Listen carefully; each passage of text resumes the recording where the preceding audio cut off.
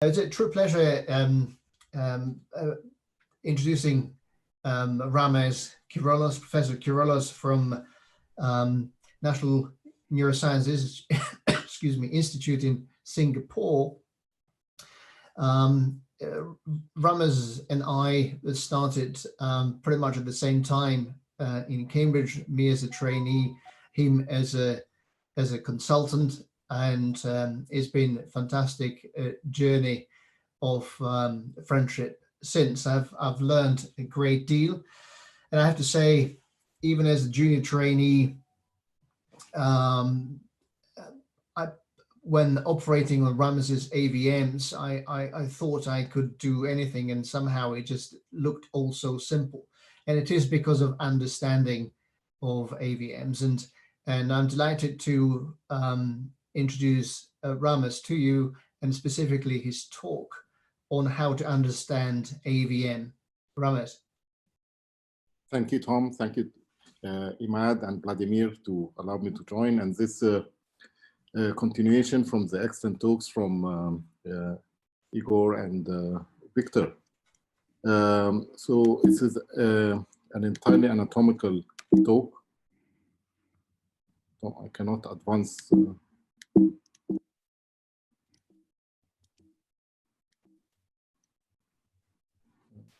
Try space. No. Arrows. Ramez, if you're on a Mac, I had this problem yesterday. With the mouse. You can just tap on the mouse pad. You are on Zoom. Yeah, mouse works well. Yeah. Right. So it is mainly to continue the talk, and it's to show the value of how much anatomical understanding makes your surgery technically simple and easy and make sense. Because these are complex AVMs, and as you can see, you have to have some understanding what's underlying that to undergo your surgical planning. And in fact, this is what seems to you to be a disorganized structure or lesion. You have to make some order out of it. And the more you study, the more you know, then you will see exactly what you have to do. And your technique is simple. And the fact is that we have to know that AVMs are malformations of the capillary beds. That means it is not a malformation of the arteries or the vessels or the veins feeding it or draining. So they are in a normal anatomical arrangement. Of course, there is a normal variation in normal anatomy. They may look morphologically bizarre, dilated, but still the arrangement is normal. So the more you know about the normal vascular anatomy, which you have heard in the last two lectures, the more you will understand AVMs. So the vascular arrangement, we have seen the cisternal, where you have in the arterial system, the cisternal part, the circle of Willis, but then the vessels goes to the sulci, cortical, and then we have lost knowledge of the angiographic anatomy of distal vessels. And it is very important to know it not just as a vascular surgeon, but for any intracranial surgeon, because this is how you do your tumors, your metastases, and so on. So you have to have some knowledge about them. There are other, and you have to know that all these cortical vessels, they do perforate the cortex, they do supply the subcortical structures. What we call true perforators are vessels that are perforating the brain substance without giving cortical branches. And again, it's very important to know the arrangement around the ventricle. And the fact that in the brain, as you can see here and all the other talks, that not every artery have a vein traveling with it. It's not like the femoral artery and femoral vein and so on. So sometimes they do, sometimes they don't. So the venous anatomy is very important, but what we see sometimes looks bizarre to you because they are dilated, but in fact they are all there. There are some transcerebral veins that you don't see them, and they become a problem during AVM surgery, but they are there. But the fact is in AVMs they become enlarged. So the key around that is that you have to know that all these cortical branches for AVM have a large subarachnoid segment, and then they perforate in the parenchyma itself to the AVM. That means it's imperative in your technique to have a wide arachnoidal dissection and identify these. And now it is not only to know the vessels, but you have to know how will that help you to reach the nidus. So in planning, we look at MRI scans. MRI scans are good for all these things, as you can see here. In particular, the white matter tracts. By the way, this is a photograph I took. This is the first ever human MRI machine. It is housed in the Aberdeen Royal Infirmary. It's great to see it yourself. But the MRI scan shows you some flow voids. You cannot just look at it and you know where is the feeders. You can predict them because every region has a particular blood supply, but you don't know because you cannot estimate the size accurately. All you see is some flow voids. They can be nidus, they can be perinidal. So you rely on the angiograms. And looking at angiograms is a skill on its own. This is what the radiologist will tell you, and you should know. But again, you should look at the angiogram with the surgeon eye. And what you need to know, all these vessels that they are named, the cortical vessels, you have to know where they are in relation to the brain. It's not enough to identify them on an angiogram and to be aware of the different compartments. For example, in the superior frontal gyrus, there is a blood supply both from the anterior cerebral medially and from the MCA. And then you put in your mind some structure. And this structure is a sphere. This is an nidus, and has draining veins, feeding arteries.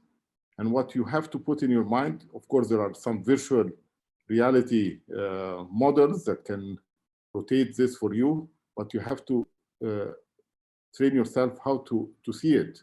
Because what you need to see is not only the structure, you have to put it together with the brain and white matter tracts. And then you have to look at it, how would you reach the edge of the nidus? So identifying the arterial feeders, you think you need to identify them to have control. Of course, it's useful to have control, but in fact, the most difficult vessels are the tiny ones you don't see.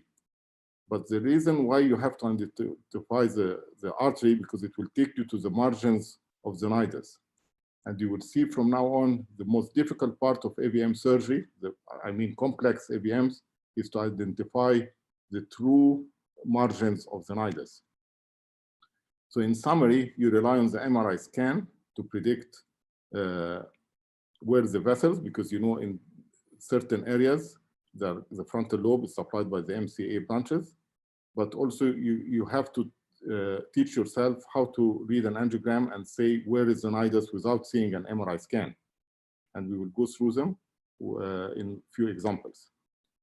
The other problem aspect of AVM surgery, although in the Spetzler-Martin classification, it talks about eloquence regarding the cortex, but it's the white matter tract disruption that causes your permanent deficits. There is no capacity for recovery there if you disrupt it. And how you know how to localize them? Of course, you don't have this nice white matter dissections that we all seen today in the human brain.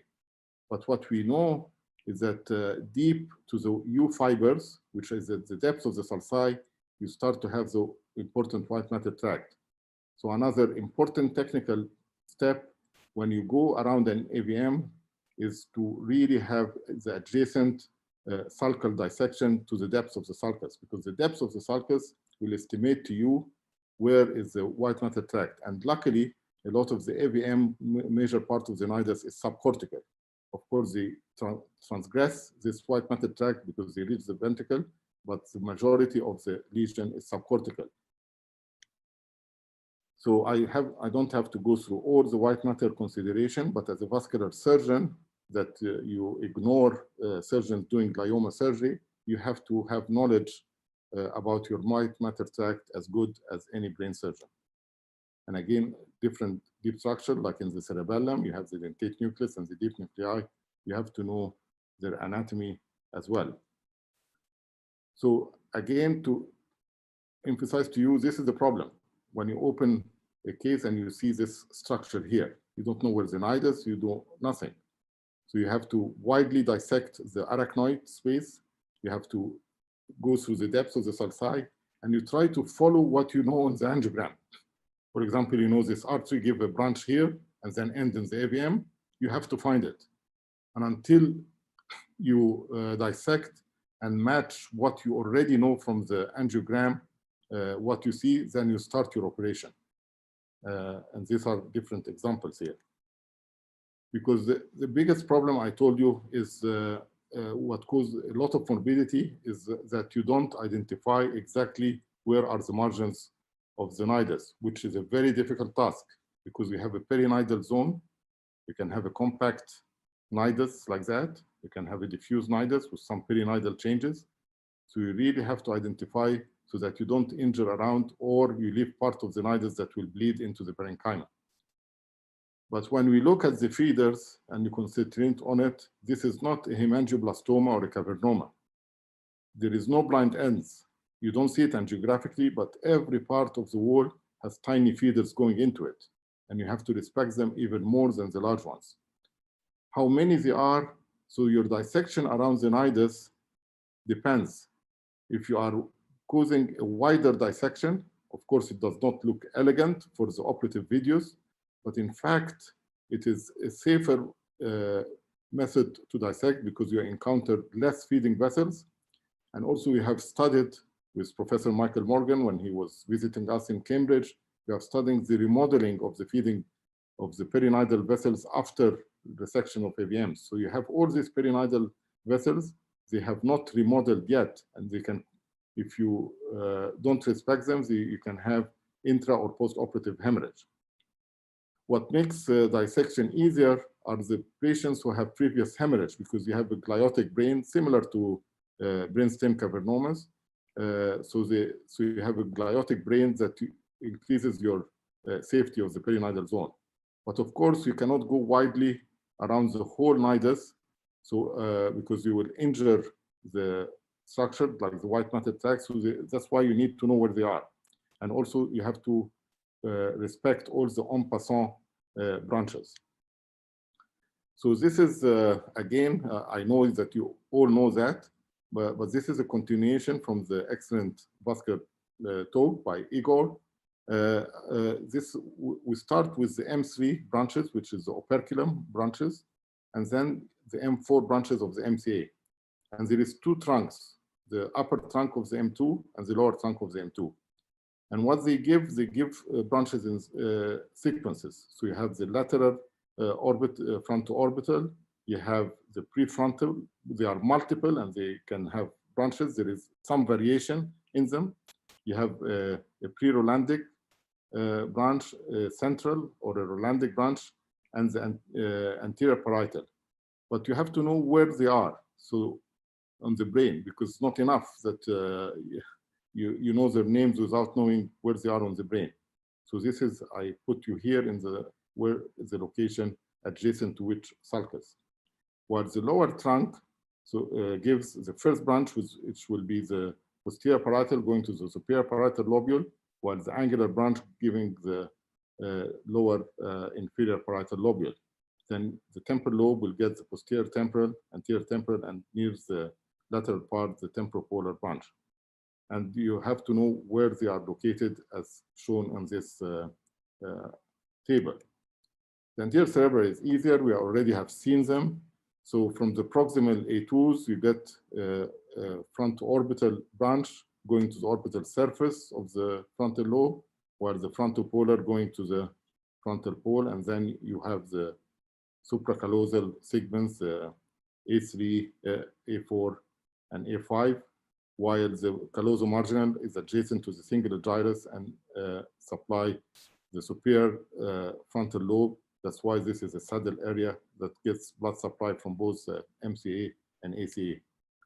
Now, this is important to recognize the distal branches of the posterior cerebral artery, which have this configuration.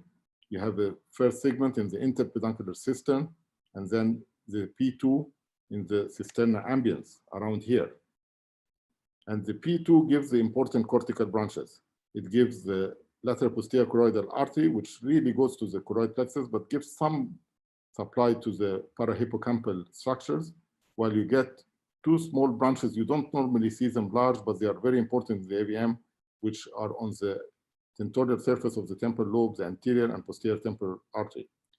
And then just at the junction between the ambience and the quadrigeminal segments, you just get this splenial artery, or Igor called it the posterior callosal artery, which is important because we operate on few corpus callosum AVMs, and that becomes an important feeding artery. And then it terminates in the two terminal branches, which is in the parieto-occipital and the carcarine fissure. When you look at the angiogram, this wasting here is the area where the tentorial hiatus lies. So all these segments are supratentorial and on the medial occipital lobe. So you have to know where they are. So we'll go to frontal lobe AVMs. You can read the table yourself, but these are the branches that comes and supply the surfaces of the frontal lobe. You have a lateral surface, a medial surface, and an orbital surface. And these are the arteries that we go through them and how to identify them on an angiogram. So we'll take examples. So if you look at this angiogram, now the problem with AVMs, that the arteries are shunting the blood, so you don't see good filling of the other branches. But what we see here, that this is probably, so what you have to identify is really the opercular segment, which is the M3. And it has a distinct appearance. They look like semicirculars or loops. So you know that the operculum is here because of the appearance of these vessels. And then you have this segment, which is an M4 branch. This is probably going to be one of the pre-Rolandic branches. So this AVM is more or less in the middle frontal gyrus and draining to the veins. And then you can follow the veins, and you know, and the artery will take you to the margins of the AVM. For example, there is another extra draining vein which will tell you where is the posterior margin of the AVM. And if you go deep, if it is deep to the U fibers, it will involve the SLF. And exactly here, as you can see, bang correctly in the middle frontal gyrus in the premotor area. And the deeper you get deep to the U fibers, the SLF. Now this example, again, to show you how. So this is a more posterior one, so this is a Rolandic part. And you can tell because on the AP, the central artery is the most lateral in the AP projection. However, this is opercular segments. I told you it looks like semicircles, and this is straight on the pre-central gyrus, which is usually is the face area, which is luckily bilaterally represented. And then you can again get the poles. And then if you go deep, now this is an exception because the corona radiata is not deep to the U fibers, it's a projection fiber. So if you go anywhere deep, you will damage the motor cortex. So that's why deep sulcal dissection is not useful here. Again, this is an example how a true operculum AVMs in the language speech area. This is a motor area of the speech, and it's really in the inferior and frontal gyrus, and going up with all these veins will take you to the margins of the folds of the vessels, and you would know that it's taking blood supplies from the prefrontal gyrus, and deeper to it, you will affect the arcuate fasciculus and the language area. And here are the opercular branches. So it is located in here in the frontal operculum. So deep, as you can see, deep to the sulci, the U fibers, you start to have the arcuate fasciculus, which is the deep part of the SLF and deeper to it. The frontal pole has a blood supply laterally from the MCA. So this AVM is supplied laterally from the MCA, lateral fronto-orbital branch, while this one is medial and it's supplied from the frontopolar. So this is the A1 and the A2, giving the A2 proximally, giving the lateral orbit. This is, sorry, the fronto orbital branch, while the M2 giving the lateral orbital branch. And the way to do it, if you look at the ICA silhouette, which is here. This, of course, this is different side, but if it is lateral to the silhouette, then it's supplied by the MCA. If it is medial, it's supplied by the ACA. So looking at the angiogram without an MRI scan at all, you can tell where it is. The medial ones, as you can see, there is a pattern now, so you know that this AVM will be adjacent to your SMA area and the singular gyrus, and deep to it, there will be the white matter tract of the cingulum. So you'd expect this patient to have a transient mutism and hemiparesis if they have an SMA syndrome. So this was the frontal lobe. The temporal lobe is more complex because it has a lateral surface and tentorial surface supplied by both the MCA branches. And again, they are coming from the lower trunk of the M2 and starts from the pole will have the temporopolar branch and then the anterior posterior temporal. This is the lateral surface, while the tentorial surface is getting blood supply from the P2 segment, giving the anterior and posterior temporal branches, and again, some of the other branches to the opercular, to the choroidal fissure. So this AVM, you can see is coming from the lower trunk of the M2, straight after the operculum. So this, I would expect, coming out here, will be located, looking just on the angiogram without an MRI scan, will be locating as the superior posterior part of the temporal gyrus, which will be the language area or the speech, receptive speech area.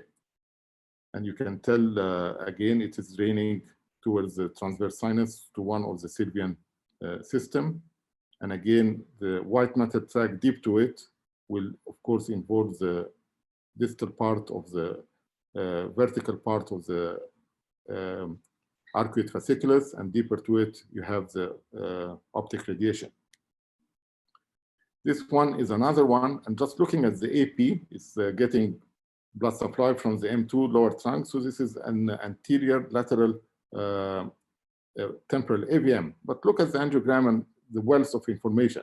It is draining to the vein of Rosenthal. That means this AVM is extending to the tentorial surface or inferior surface of the temporal lobe. Otherwise, it won't drain deeply. And again, if you look at the AP silhouette, if it was in the uncus, it will be extending medial to the carotid, but it's all lateral.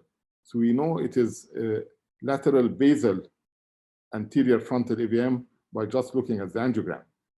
I'm not telling you you don't do an MRI scan, but there is a wealth of information by studying the vessels, and you know that this, to get proximal control of these arteries or to find them, you will open the Sylvian fissure. Ramez, I hate to sound like an anesthetist, but you have 2 more minutes. Oh my God. Okay. So this is another one in the tentorium surface, and you can see a large temporal branch from the P2. And again, similar one. So I'll go quickly through them. This one is in the parahippocampal gyrus, and you can tell going to the choroidal fissure because there is some supply from the anterior choroidal artery, and it's draining to the vein of Rosenthal. And again, here is the choroidal fissure, and you can see the parahippocampal gyrus and the vein going to the vein of Rosenthal. The parietal lobe is similarly, so I will just show you the slides. And again, this is an inferior parietal lobule. This is again the paracentral lobule on the medial side. And the occipital AVMs, of course, this is in the primary visual cortex. I will do quickly, Tom, just the cerebellum very fast, very fast. So you have no need to be too fast. It's okay. An important part. I will shorten my talk later. No. So you have the 3 surfaces of the cerebellum, because AVMs, you know, my first 176, quarter of them were cerebellar AVMs. So there are a lot of AVMs there, and you have to know the anatomy of the loops of the, because they get some flow aneurysm. So this is the arrangement. So the suboccipital surface is mainly supplied by the pica, but you have to appreciate that the main blood supply of the cerebellum is the SCA. to the extent that a lot of the lateral suboccipital surface is coming from the SCA, while the SCA supplies the whole tentorial surface, while the petrosal surface adjacent to the flocculus is applied by the postmeatal part of the ICA. So these are cortical branches. What is important that the vermis itself gets a large, this is from Pablo, I borrowed this from him. The vermian vein of the pica goes up to the superior part of the vermis. So an AVM in the top of the vermis will be supplied by the pica and the SCA as well, while a high AVM here may not be supplied by the pica at all. Now the venous groups, I divided them into regions. The midline regions, superficially, the veins is draining adjacent to the straight sinus, not necessarily directly, but through the tentorium, while more deeper, they go to the galenic system. The paramedian part, so this, you can see the veins are not following the arteries at all. They are all draining to the tentorial surface into the transverse or straight sinus, while more laterally, you get the petrosal drainage. And very important because they can be connected to the middle pontine vein, and you have to be careful to occlude it, not at its end, but as near to the nidus as possible. These are examples of AVMs, and you can see the petrosal one in the anterior one, deep AVMs and insula, we cannot go through them. The thalamus gets anterior supply from the thalamo perforators and the genicular perforators on the lateral side. And what to make surgery easy, we advocate this, that we use the white matter, the liquefying hematoma that have dissected the white matter tract. So if you have a hematoma that in the subacute stage, use it to cause the dissection for you. And I have used it in many cases out of my AVM surgery. So the takeaway message that you have to plan your surgery. There is nothing called intracranial laparotomy. You have to know it before you are operating. The cortical vascular anatomy I showed you is not just important for vascular surgeons. It's important to know for everyone. And if you know the normal anatomical patterns, you will have a pattern recognition in your mind for the different lesions, and always use your draining veins, which you keep till the end, as a guiding pathway to the AVM nidus, while use the feeders to track the outline of its margins. So this is very important in your surgery. And use the arteries because they are in a normal anatomical location, so you know where to find them, and then follow them to the nidus. And they are bizarre in shape because they are wide and it is easy to find them. So the last slide, don't subspecialize your knowledge, but subspecialize your practice, so you know brain anatomy is the same as vascular anatomy, whether you are a vascular surgeon or brain surgeon. And just for completion, this, in fact, was the orbital AVMs because it's draining into the superior orbital vein. Thank you very much, Tom, for allowing me to overrun. Thank you, Ramez. It was a great pleasure, and I'm sure the pleasure was not only mine, but of the entire audience. We don't have a great deal of time for questions now, so I think we'll skip it.